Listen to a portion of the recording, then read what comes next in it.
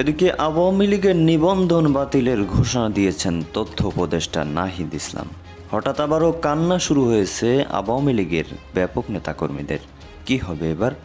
শেখ হাসিনা দেশে আসলেও রাজনীতি করতে পারবে না। হঠাৎ ভেঙে পড়ল আওয়ামী লীগের বড় অবকাঠামো। এখন আওয়ামী লীগ ফ্যাসিজমের সাথে জড়িত, গণহত্যার সাথে জড়িত এবং তার বিচার প্রক্রিয়া চলছে। তো ফ্যাসিজমের সাথে যেহেতু তারা জড়িত এবং বিচার প্রক্রিয়া চলছে, এই মুহূর্তে আমরা বলেছি যে তার রাজনীতি করার সুযোগ নেই। যুক্তরাষ্ট্রে বিল ক্লিনটনের উপস্থিতিতে একটা অনুষ্ঠানে বললেন যে এই আন্দোলন খুব পরিকল্পিতভাবে চালিয়ে নেওয়া হয়েছে, কিছুই হঠাৎ হয়নি। আমরা আপনার কাছে একটু জানতে চাইবো যে আপনার জ্ঞাতসারে কিংবা অজ্ঞাতে এই আন্দোলন কি শুরু থেকেই কোটার আড়ালে সরকার পতনের আন্দোলন ছিল? ধন্যবাদ আপনাকে। এই আন্দোলন আসলে শুরু থেকে কোটা সংস্কারের আন্দোলনই ছিল এবং যখন হাইকোর্টের রিটটি করা হলো, মানে হাইকোর্টের রায় হলো এবং যে 56% কোটা ফিরিয়ে আনা হলো, তখন কিন্তু বিশ্ববিদ্যালয়ের শিক্ষার্থীরা সবাই ক্ষুব্ধ হয়েছে। কারণ যে আন্দোলন আমরা 18 সালে করেছি, যেটার ফলে কোটার আমরা সংস্কার চেয়েছিলাম, তখনই কিন্তু বাতিল করা হলো, সেটাকে আবার নিয়ে আসা হলো। তো শুরুতে এটা কোটা সংস্কারের দাবিতেই ছিল এবং পরবর্তীতে আসলে সরকারের দমন পীড়নের কারণেই এটি পরবর্তী পরিস্থিতিতে যায় আসলে। এবং আন্দোলনটা আসলে শুরু থেকে খুবই গোছানো ছিল, কিন্তু সরকার যখন দমন পীড়ন শুরু করে এবং সারা দেশে এটি ছড়িয়ে যায়, সাধারণ মানুষ সবাই নেমে আসে, তখন এটা সরকারের পতনের আন্দোলন হয়ে যায়। এটা যেটা অনিবার্যভাবেই যেটা হওয়ার ছিল আর কি। উপদেষ্টা ইসলাম, আমরা আসলে একটি শব্দ খুব বেশি শুনছি কয়দিন ধরে, যে মাস্টার মাইন্ড, আন্দোলনের মাস্টার মাইন্ড। আসলে এই মাস্টার মাইন্ড ব্যাপারটা কি? মানে তিনি কিভাবে এই আন্দোলনটা নিয়ন্ত্রণ করেছেন, বা আপনি কিভাবে একটা মাস্টার মাইন্ড দেখেন এই আন্দোলনের পিছনে? আমরা তো কোটার আন্দোলন দেখছিলাম, আপনি ঠিকই বলেছেন যে যখনই দমন পীড়নের মাধ্যমে ছাত্রদের উপরে গুলি চালানো হলো, সাধারণ ছাত্ররা মারা যেতে থাকলো, নিপীড়নের সম্মুখীন হলো, তখন আমরা সবাই সেই আন্দোলনের মধ্যে অংশগ্রহণ করেছিলাম, কিন্তু আমরা কিন্তু কোনো মাস্টার মাইন্ড টের পাই নাই। আমরা মনে করেছিলাম যে এটা স্বতঃস্ফূর্ত আন্দোলন। তো এখন এই মাস্টার মাইন্ডের কথাটা কোত্থেকে আসলো? মানে গত 7 দিন 10 দিন 15 দিন ধরে এটা আমরা শুনছিলাম, এখন তো প্রফেসর ইউনূস সেটিকে পরিচয়ই করিয়ে দিলেন যে হ্যাঁ, he was a master mind of all those things. দেখুন, আন্দোলনটা আমরা বৈষম্যবিরোধী ছাত্র আন্দোলন, যেটি একটি সাধারণ শিক্ষার্থীদের প্ল্যাটফর্ম, যেখানে বিভিন্ন রাজনৈতিক দলের নেতাকর্মীরাও ছিলেন। তো আন্দোলনটা এই আন্দোলনটাকে এখন আমরা বলতেছি যে এটা একটা লিডারলেস মুভমেন্ট, যে আন্দোলনে আসলে কোনো একক নেতৃত্ব ছিল না, বরং সাধারণ মানুষই এটাকে এগিয়ে নিয়ে গেছে। কিন্তু আন্দোলনের একটা প্রেক্ষিতে কিন্তু আন্দোলনটা পরিচালনা করতে হয়েছে। সেক্ষেত্রে হয়তো আমরা গুটি কয়েক শিক্ষার্থী আর সারা দেশে আরো কিছু শিক্ষার্থীদের সাথে সমন্বয়ে পিছন থেকে এটা পরিচালনা করেছে। সেক্ষেত্রে কিন্তু আমাদের নানা জনই আসলে বুদ্ধি পরামর্শ দিয়েছেন। যার ক্ষেত্রে এই কথাটি বলা হচ্ছে, তিনি বিশেষভাবে আমাদেরকে পরামর্শ দিয়েছেন এবং পিছন থেকে এই সাহায্য সহযোগিতা করেছেন। কিন্তু তিনি এবং আমরা কেউ এই আন্দোলনের মাস্টার মাইন্ড এই শব্দটার সাথে কিন্তু একমত নই। সেটি হয়তো ভালোবাসার জায়গা থেকে অনেকে বলছেন, ডক্টর ইউনূসও সেটা বলেছেন, কিন্তু আমরা আসলে এটা এমন ভাবে দেখতে চাই না। আমরা এটা একটি জনতার স্বতঃস্ফূর্ত আন্দোলন হিসেবেই দেখি। তবে একটা বিষয় বলে রাখা ভালো, যে এই আন্দোলনটাকে আপনি আসলে কবে থেকে বিবেচনা করবেন? এটা কি 36 দিনের আন্দোলন হিসেবে আপনি ব্যাখ্যা করবেন, নাকি এই আন্দোলনের পিছে যে আরো দীর্ঘ ব্যাকগ্রাউন্ড রয়েছে? আমরা যে আরো দীর্ঘ 7-8 বছর ধরে লড়াই সংগ্রাম করেছি, ক্যাম্পাসগুলোতে বিভিন্ন আন্দোলন করেছি, সেই ক্ষেত্রে কিন্তু ভূমিকা রয়েছে। এবং অ্যাডভাইজার ইসলাম, আমরা আপনার কাছে আসবো আপনাদের ওই পূর্ববর্তী আন্দোলন। অবশ্যই এটা 36 দিন আন্দোলন আমি মনে করি না, সেটার সাথে আরো অনেক বিষয় আছে।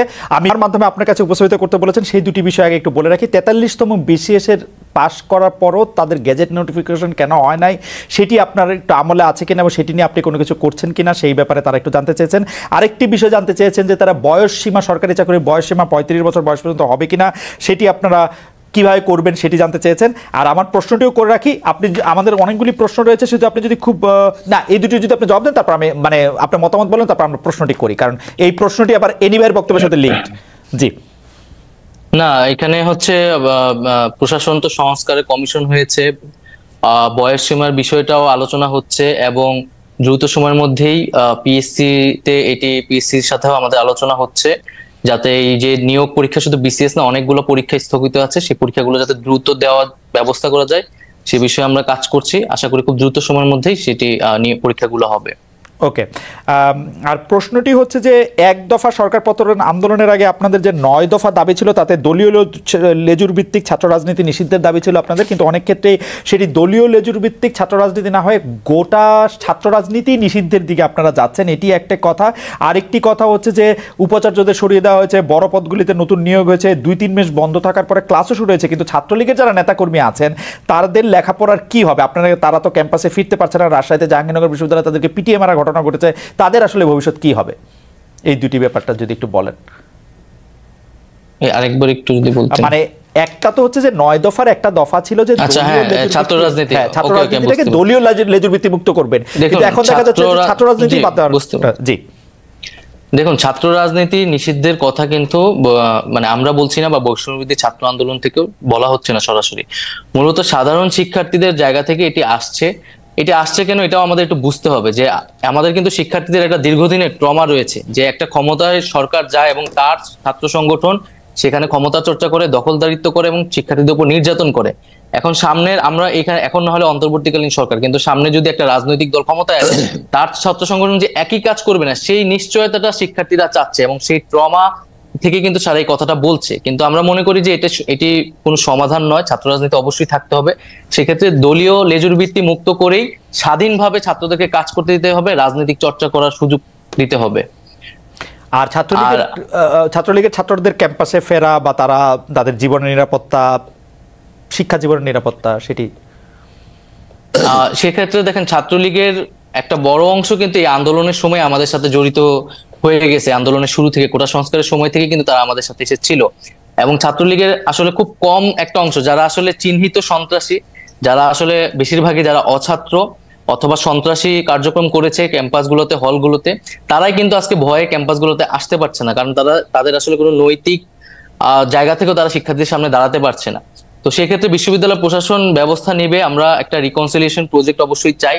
যারা চিহ্নিত, যাদের বিরুদ্ধে সুস্পষ্ট অভিযোগ রয়েছে, তাদের বিরুদ্ধে প্রশাসনিক এবং আইনগত ব্যবস্থা যাতে নেওয়া হয়, এবং এছাড়া যারা নিরপরাধ বা নীরব ভূমিকা পালন করেছে তারা তাদের শিক্ষা জীবন শেষ করতে পারবে। এই বিষয়ে আমরা বিশ্ববিদ্যালয় প্রশাসনের সাথে কথা বলেছি। ওকে, মানে অনেকে এরকম একটা বলছেন যে যারা আসলে ক্রিমিনাল অ্যাক্টিভিটির সাথে জড়িত ছিলেন তাদের বিরুদ্ধে তো মামলা, তারপর আইনি কার্যক্রমগুলি হতেই পারে, কিন্তু শুধুমাত্র আরেকটি দল সমর্থন করার জন্য তাদের বিরুদ্ধে যাতে কোনো মানে ব্যবস্থা না নেওয়া হয় সে ব্যাপারে নিশ্চয়ই আপনারা দেখছেন, মানে ব্যাপারটা যাতে আইন নিজের হাতে না তুলে নিয়ে সেটি যেন। খালেদ ভাই, আমি জাস্ট একটা কথা বলতেছি যে আমরা কিন্তু আর আগের পরিস্থিতিতে নাই যে অমুক দল সমর্থন করে, এটা কিন্তু ছাত্রদল শিবিরের মতো বিষয় না যে ছাত্রদল করে দেখে তাকে ক্যাম্পাসে ঢুকতে দেওয়া নেই, এখন ছাত্রলীগ করে বলে তাকে ক্যাম্পাসে ঢুকতে দেওয়া হবে।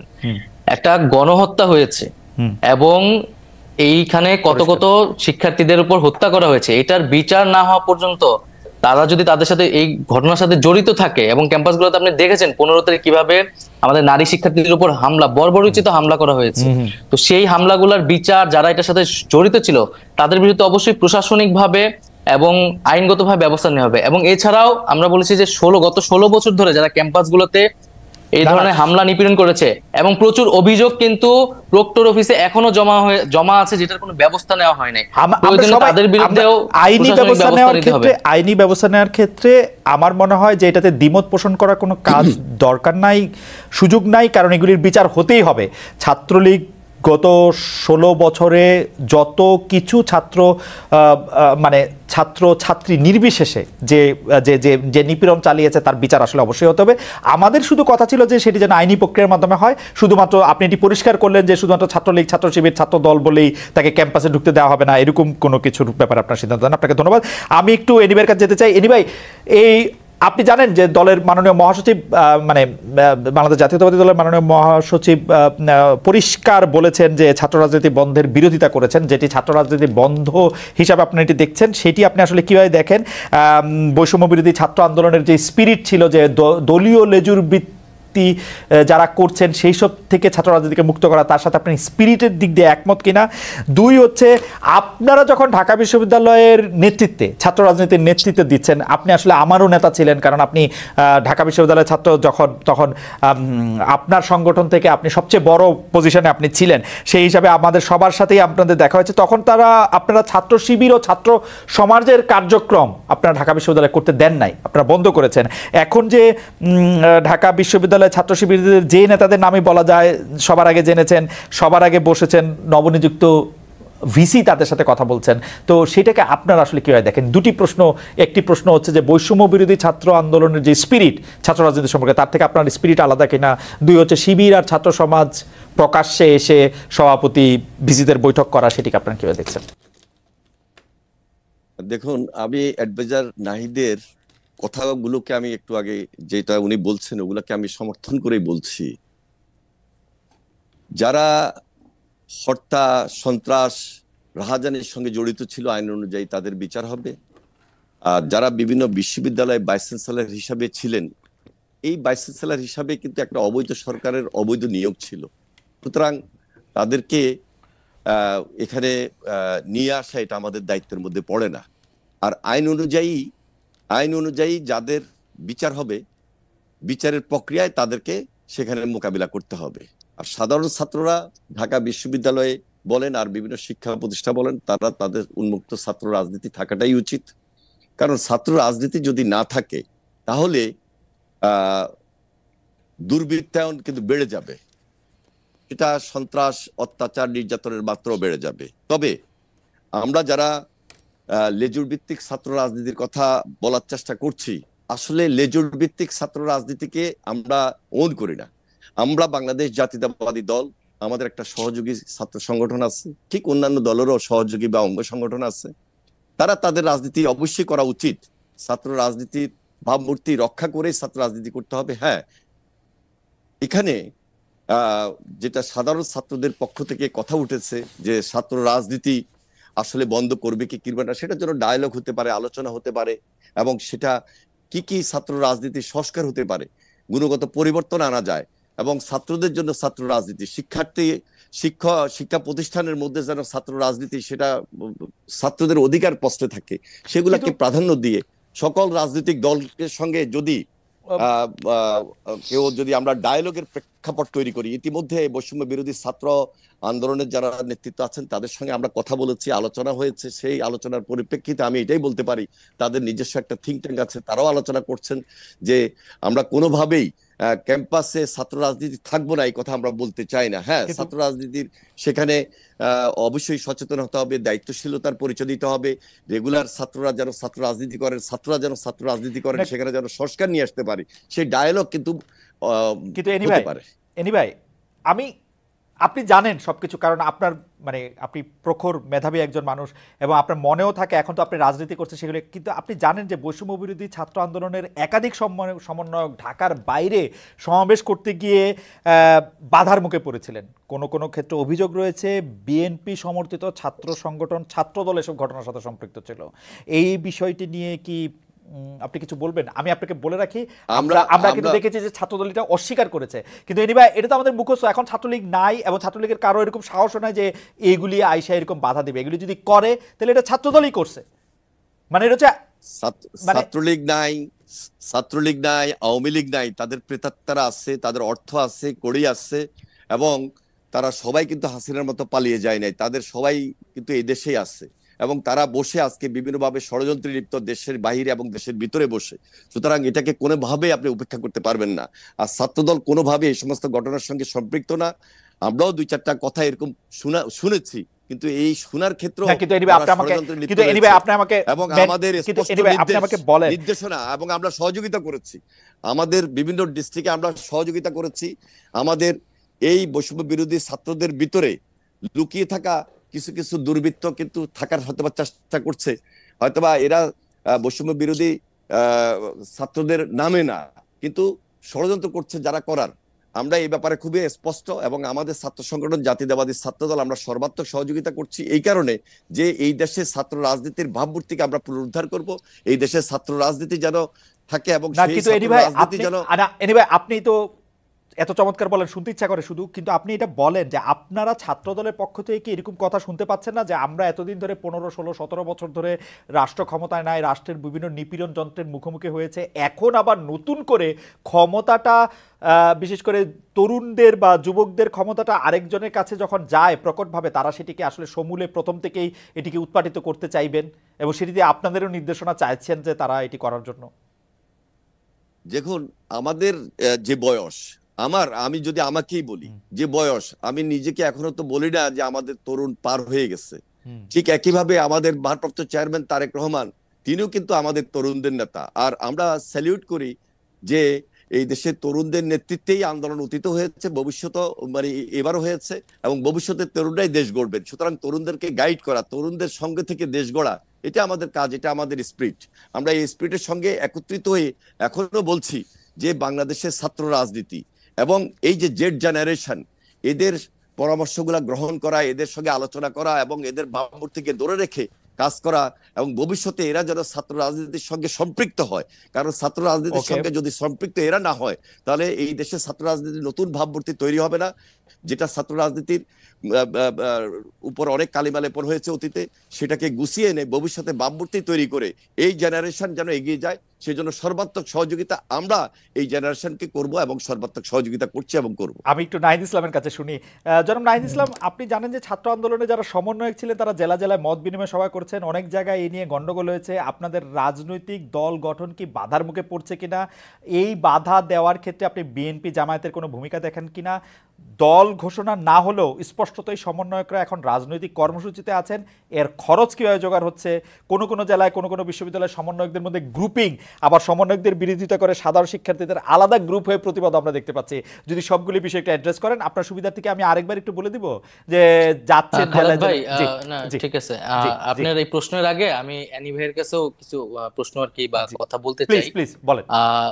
জি, অ্যানি ভাই তো আমাদের খুবই পরিচিত ছাত্র নেতা ছিলেন।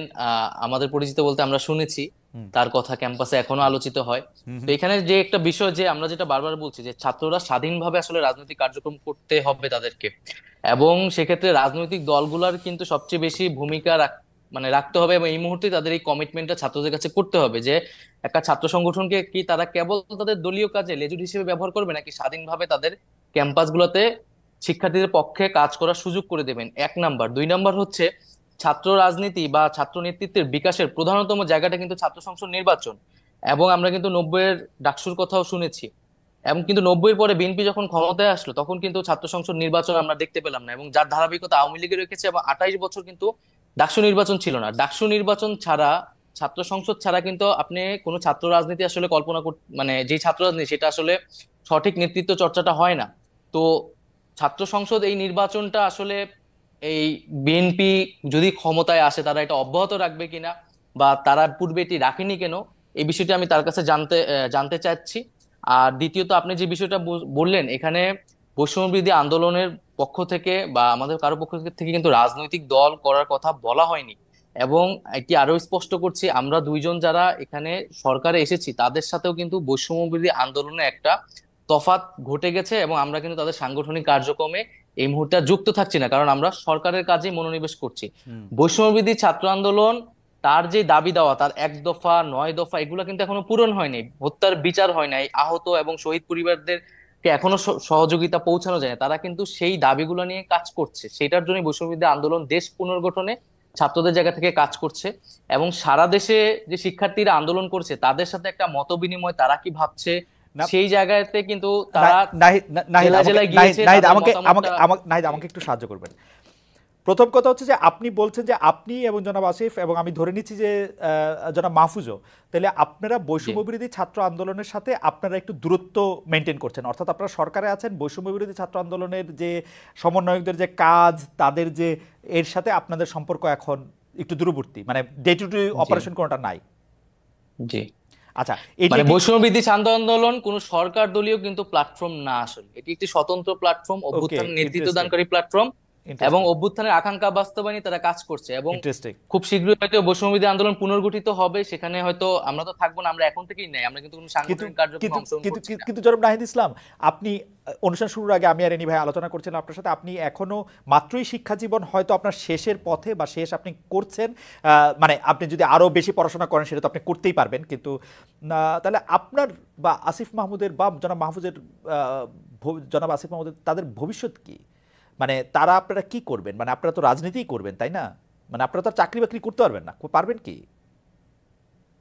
জানি না চাকরি বাকরি করতে পারবো কিনা।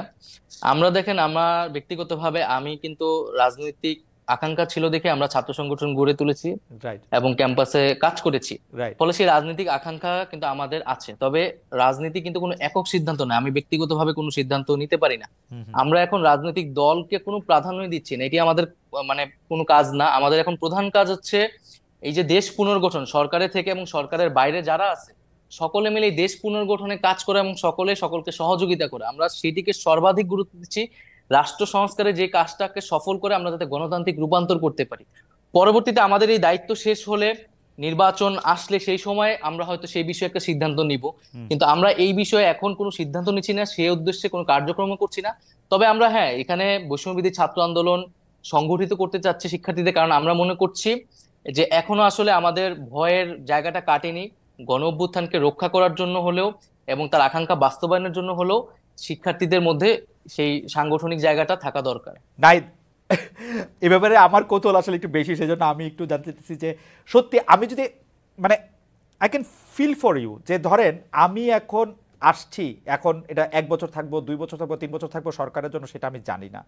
আমি এখন যেখানে আসছি, আমি যদি এখন রাজনীতি না করি, আমাকে আসলে চাকরি করতে হবে। কারণ আমার বিশ্বাস বৈষম্য বিরোধী ছাত্র আন্দোলনের সঙ্গে আপনারা যারা ছিলেন তারা এমন কোনো দুর্নীতির সঙ্গে সম্পৃক্ত হবেন না যে আপনারা 1 বছর 2 বছর সরকারের থেকে এত টাকা আপনাদের হবে যে আপনাদের সারা জীবন আর কিছু না করলে হবে। আপনাদের আসলে আপনি আমি যারা একই ধরনের পরিবার থেকে আসছি, আমাদের আসলে পরিবারটি বয়ে নিয়ে যাওয়ার জন্য আমাদের কাজ করতে হবে কোনো না কোনো কাজের সাথে। সেটা আপনি কীভাবে করবেন মনে করেন যে, বা আপনার পরিকল্পনাটা কি আসলে? মানে এটা তো আপনাকে ভাবতে হবে, মানে আপনি কি ভাবছেন সেরকম? কারণ আপনি যদি এখন চাকরি নাই এবং ভাবার সময়ও পাচ্ছি না আসলে। রাইট। কিন্তু যেটা ধরেন, আপনি রাজনৈতিক দল কিন্তু এত সহজ কথা না। রাজনৈতিক কিছু মানুষ জড়ো হইলে একটা রাজনৈতিক দল হয়ে যায় না। সেটার জন্য আদর্শ লাগে, সেটার জন্য সংগঠন লাগে এবং কর্মসূচি লাগে। এখন আমাদের কাছে কিন্তু সেই সময়টা নাই যে আমরা একটা রাজনৈতিক দলের পিছিয়ে আসলে গড়ে তোলার জন্য সময়টা দিব। আমরা আসলে গভর্নমেন্টে আছি, আপনি পরিস্থিতি বুঝতেছেন, আমাদের এই সময়টা কতটা পরিশ্রম করা লাগতেছে। এবং আমরা যেই প্রতিশ্রুতি নিয়ে এসেছি, আমরা কিন্তু একক সিদ্ধান্তে ব্যক্তিগত জায়গা থেকে আসি নাই। মানুষের কাছে কিন্তু আমাদের জবাবদিহিতা করতে হবে যে তাদের আকাঙ্ক্ষাটা আমরা বাস্তবায়ন করতে পারছি কিনা, বা আমরা আমাদের ভূমিকাটা পালন করতে পারছি কিনা। তো সেইটাই আমাদের সবচেয়ে বেশি মনোযোগ, আমরা সেই কাজটা সম্পূর্ণ করতে চাই। তারপরে আমরা আমাদের ব্যক্তিগত, দলীয়, রাজনৈতিক সেই বিষয়গুলো নিয়ে আমরা ভাববো।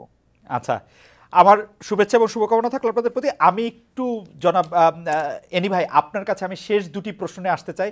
এই 2টি প্রশ্নের মধ্যে থেকে প্রথম প্রশ্নটি হচ্ছে যে আওয়ামী লীগ সরকারের বিরুদ্ধে আপনাদের বড় 2টি অভিযোগ ছিল যে বেগম খালেদা জিয়াকে চিকিৎসার জন্য বিদেশে যেতে দেওয়া হচ্ছে না। আমরা দেখেছি এই সরকার, অন্তর্বর্তী সরকার ক্ষমতা গ্রহণের মধ্যে দ্রুততার সাথে বেগম খালেদা জিয়ার মামলার ব্যাপারটি নিষ্পত্তি করা এবং তার পাসপোর্ট ফিরিয়ে দেওয়ার একেবারে চেষ্টা করেছে। কিন্তু বেগম খালেদা জিয়ার বিদেশে যেতে কি আসলে কোনো বাধা রয়েছে কিনা, তিনি দেশে যাচ্ছেন না কেন? এবং আরেকটি অভিযোগ ছিল যে তাদের হামলা মামলার আশঙ্কার কারণে জনাব তারেক রহমান দেশে ফিরতে পারছেন না, এরকমটা আমরা শুনেছি। কিন্তু এই সরকার ক্ষমতা এসেছে, সেটিও 60 দিন হয়ে গেল, জনাব তারেক রহমান দেশে ফিরছেন না কেন? বেগম খালেদা জিয়াকে কেন বিদেশ নেওয়া যাচ্ছে না, যেটি প্রধান দাবি ছিল? আপনি যদি খুব সংক্ষেপে আমাদেরকে একটু বলেন। ধন্যবাদ আপনাকে। একটু আগে অ্যাডভাইজার নাহিদ যে প্রশ্নটা আমার সামনে তুলে ধরেছেন, আমি সেটা আগে বলছি যে এই যে ডাকসু নির্বাচন, আমি বরাবরই 90-র পরে বিএনপি যখন 91-এ এই দেশের রাষ্ট্রীয় ক্ষমতা আসে, আমি 90-র ডাকসুতে আমি নিজেও ইলেকশন করেছি এবং সেখানে আমি নির্বাচিত হয়েছি, আমার খোকন পরিষদ। এর পরবর্তীতে ডাকসু নির্বাচন কেন হয় নাই? তো ওই সময় আমাদের রেগুলার স্টুডেন্ট এবং ইরেগুলার স্টুডেন্টদের মধ্যে একটা কম্পিটিশন ছিল, এবং আমি রেগুলার স্টুডেন্টের পক্ষে ফাইট করেছি। দল আমাকে মনোনয়ন দিয়েছে, তার মানে কি বিএনপি রেগুলার স্টুডেন্টের পক্ষে অবস্থান নিয়েছে। কিন্তু ইরেগুলার স্টুডেন্টদের পক্ষে নিয়েছে তখন কিছু irregular student plus Awami League, Chhatra League, যার কারণে সেই নির্বাচন হতে পারে নাই। সেকেন্ড, 93-তে আবার যখন ডাকসু নির্বাচন হয় তখন আমাকে দল বিপি নমিনেশন দিয়েছে, সেটাও কিন্তু রেগুলার স্টুডেন্ট এবং ইরেগুলার স্টুডেন্টের ফাইট ছিল। সেখানে একই জিনিস ঘটনা ঘটেছে। সেখানে আমরা বরাবরই ডাকসুর পক্ষে ছিলাম, বাংলাদেশ জাতীয়তাবাদী দল। কিন্তু এই চক্রান্তকারীদের, আওয়ামী লীগের বা মুজিববাদী ছাত্রলীগের, তখন ওই ষড়যন্ত্রের কারণে আমরা নির্বাচন করাই নিতে পারি নাই।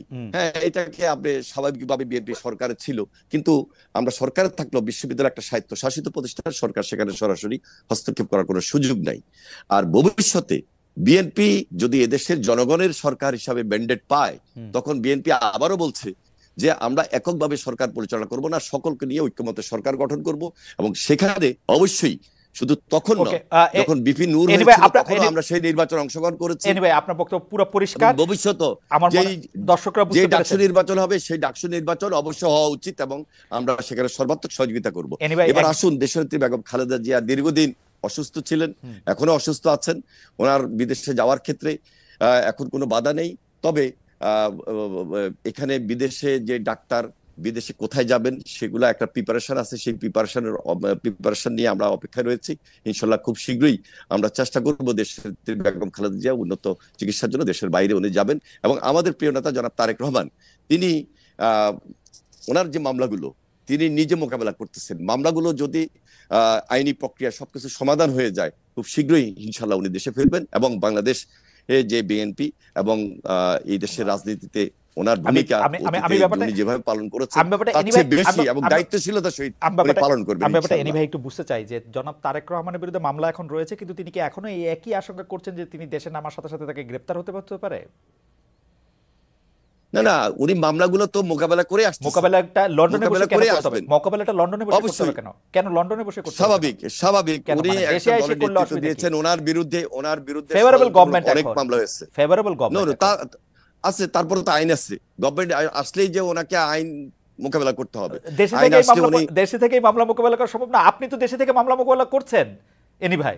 তারেক রহমান না, তারেক রহমানের জীবন সব সময় আওয়ামী লীগের কাছে তখন এখন এই 60 দিন আওয়ামী লীগের হিসাবে আমি আনতেছি না, এই 60 দিন এই সময়ে উনি আসবেন, উনি মোকাবেলা করে আসবেন। এই কারণে আসবেন যে উনি এসে যেন আমাদের সঙ্গে সম্পৃক্ত হয়ে জাতীয় রাজনীতিতে ওনার যে ভূমিকা সেগুলো তিনি সরাসরি আমাদের সঙ্গে থেকে কাজ করতে পারেন। উনি আসার কারণে আইনের কারণে যদি ওনাকে জেলে যেতে হয় সেই জিনিসটা আমরা ওনার জামিন হবে সেটা তো কি অসুবিধা? ওনার তো আর সর্বোচ্চ আদালতে না জামিন হবে, জামিন এটা ইন্টারেস্টিং। তবে এনিওয়ে আমার কাছে মনে হয় যে আপনার সাথে তারেক সাহেবের কথা হয়, ওনাকে জামিন দিয়ে দিবে। আমার সাথে মনে হয় যে আপনার সাথে তারেক সাহেবের নিয়মিত কথা হয়, আপনারা দলের মধ্যে এডিতে আপনারা একটি পরিষ্কার সিদ্ধান্ত জাতির সামনে দিলে এটি মনে ভালো হয়। যাই হোক, কারণ আমার কাছে এটি এখনো খুব গ্রহণযোগ্য মনে হচ্ছে যে তিনি দেশে এসে কেন মামলা লড়তে পারবেন না, তিনি দেশে এসে কেন, এটা আমি জানি না কেন মামলা লড়ছেন। তো মামলা বাইরে বসে লড়ছেন, এতদিন উনি মামলা লড়ছেন, একই ধারাবাহিকতা লড়ছেন। কেন বিদেশ থেকে কেন এনি ভাই, লন্ডন থেকে কেন? নাহিদ, আপনারা কি তারেক সাহেবকে আসতে দিচ্ছেন না? না, আমাদের পক্ষ থেকে তো এরকম এটা মানে তিনি ইচ্ছা করলে আসতে পারেন, এটা তা আইন রয়েছে, সেই আইন অনুযায়ী। আমার কাছে মনে হচ্ছে যে এই ব্যাপারটা নিয়ে আসলে আমরা নিশ্চয়ই একটা ক্লিয়ার পিকচার পাবো। আমার এনিভার জন্য আরেকটি প্রশ্ন আছে, সেই প্রশ্নটি আমি একটু করে, আমাদের হাতে একটু সময় না, I just want to request hour producer to extend it for 2 or 3 more minutes because আমি আমি একটু এনিভাইকে জানতে চাই যে এনিভাই 5 আগস্টের পরে সংখ্যালঘু সম্প্রদায় আক্রান্ত হয়েছে, জাতীয় সঙ্গীত নিয়ে প্রশ্ন তোলা হয়েছে, মাজার ভাঙার ঘটনা ঘটেছে, দরবার আক্রমণ করা হয়েছে, নারীরা আক্রমণের মুখে পড়েছে, নারীদের পোশাক নিয়ে কথা বলা হয়েছে, হিজবুত তাহরির প্রকাশে তৎপর, সামনে দুর্গাপূজার আয়োজন নিয়ে নানা শঙ্কা। অন্তর্বর্তী সরকার কি সব বিষয় ঠিক মতো সামলাতে পারবে, কি মনে করেন আপনি?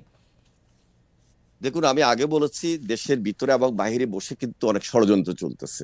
বিবিসি একটা নিউজও করেছে এবং এই দেশে যে সমস্ত নিউজগুলো হচ্ছে বিশেষ করে হিন্দু সম্প্রদায়কে নিয়ে, এগুলো ম্যাক্সিমাম ফেক এবং বাংলাদেশের বাইরে বসেও এই সমস্ত ষড়যন্ত্রগুলো হচ্ছে এবং অনেকগুলা নিউজ এখানে যেটা এসেছে যে এবং সরাসরি হিন্দু সম্প্রদায়ের অনেকেই কমিটমেন্ট কথা বলেছেন মিডিয়ার সামনে, বাস্তবের সঙ্গে এগুলোর কোনো মিল নাই।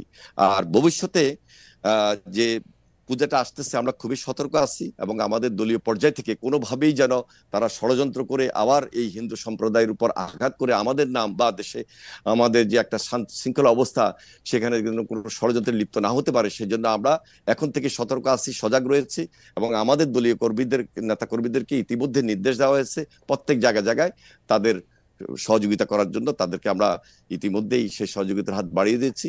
এটা সরকারকে এই ব্যাপারে খুব সতর্ক থাকতে হবে। ইনশাল্লাহ সরকার সজাগ আছেন বলে আমরা মনে করছি। তাছাড়া এই যে মাজারের কথা বললেন বা আরো অনেক দরবারের কথা বললেন, সবকিছু মিলে একটা স্বাধীন বাংলাদেশ কিভাবে গড়তে হবে এখন থেকে সেই পরিকল্পনা নিয়েই সুন্দর বাংলাদেশ গড়ার জন্য আমরা এগিয়ে যাচ্ছি এবং আমাদের সর্বাত্মক সহযোগিতা এই সরকারের প্রতি আমাদের রয়েছে এবং ভবিষ্যতে থাকবে ইনশাআল্লাহ। এনিওয়ে, আপনাকে ধন্যবাদ। আমি এটা নিয়ে শুধু এক লাইন জনাব নাহিদ ইসলাম আপনার কাছে শুনতে চাই যে আপনার এই ব্যাপারে কি অনেকগুলি বিষয়ে প্রশ্ন তোলা হয়েছে যে সেগুলো আপনি ঠিকমতো করতে পারবেন কিনা, ষড়যন্ত্রের কথা বলেছেন এনি ভাই। নাহিদ, আপনি যদি একটু শেষ কথা বলতেন, আমরা শেষ করে দিব, আমাদের অনুষ্ঠান শেষ আসলে। না, অবশ্যই এই বিষয়টা আমরা কিন্তু 5ই আগস্টের পর থেকে বারবার বলেছি যে আমাদের এখানে সকলের সমান অধিকার, নাগরিক অধিকার নিশ্চিত করতে আমরা চাই। আমরা সংখ্যালঘু সম্প্রদায়ের সাথে বারবার বসেছি। আমি নিজে দীঘিনালা গিয়েছি পাহাড়ি বাঙালি দ্বন্দ্বের পরে, এবং আমরা এই বিষয়ে সতর্ক আছি, এবং আমরা বাংলাদেশের মানুষও এই বিষয়ে সচেতন আছে, এবং ঐক্যবদ্ধভাবেই আমরা সামনের যে কোনো এই ধরনের পরিস্থিতিকে মোকাবেলা করতে পারবো, এবং সকলকে সেই জনাব নাহিদ নিরাপত্তা ইসলাম, আপনাকে আমরা অনেক নিশ্চিত অনেক করতে ধন্যবাদ। পারবো। অনেক ধন্যবাদ জনাব শহীদুদ্দিন চৌধুরী এনি। আপনার সাথে কথা বলে অনেক বিষয় নিশ্চয়ই আমাদের দর্শকরা পরিষ্কার হয়েছেন। আপনি জেনে খুশি হবেন 52,000-এর বেশি দর্শক লাইভ এই অনুষ্ঠানটি দেখেছেন। জনাব নাহিদ ইসলাম, আপনাকেও অনেক ধন্যবাদ, এবং দর্শকরা আপনাদেরকে এপ্রিশিয়েট করেছেন আপনাদের মূল্যবান সময়ের জন্য। আমরা আমাদের সম্পূর্ণ ঠিকানা টিভির পক্ষ থেকে, নিউ ইয়র্কের ম্যানহাটন থেকে আপনাদের দুজনকে অনেক ধন্যবাদ এবং কৃতজ্ঞতা জানাই। আমরা নিশ্চয়ই ভবিষ্যতে আরও অতিথিদের নিয়ে আসবো, এইসব অতিথিদেরকেও অনেক রকম প্রশ্ন করবো। সেই পর্যন্ত আপনাদের সবাইকে অনেক অনেক ধন্যবাদ।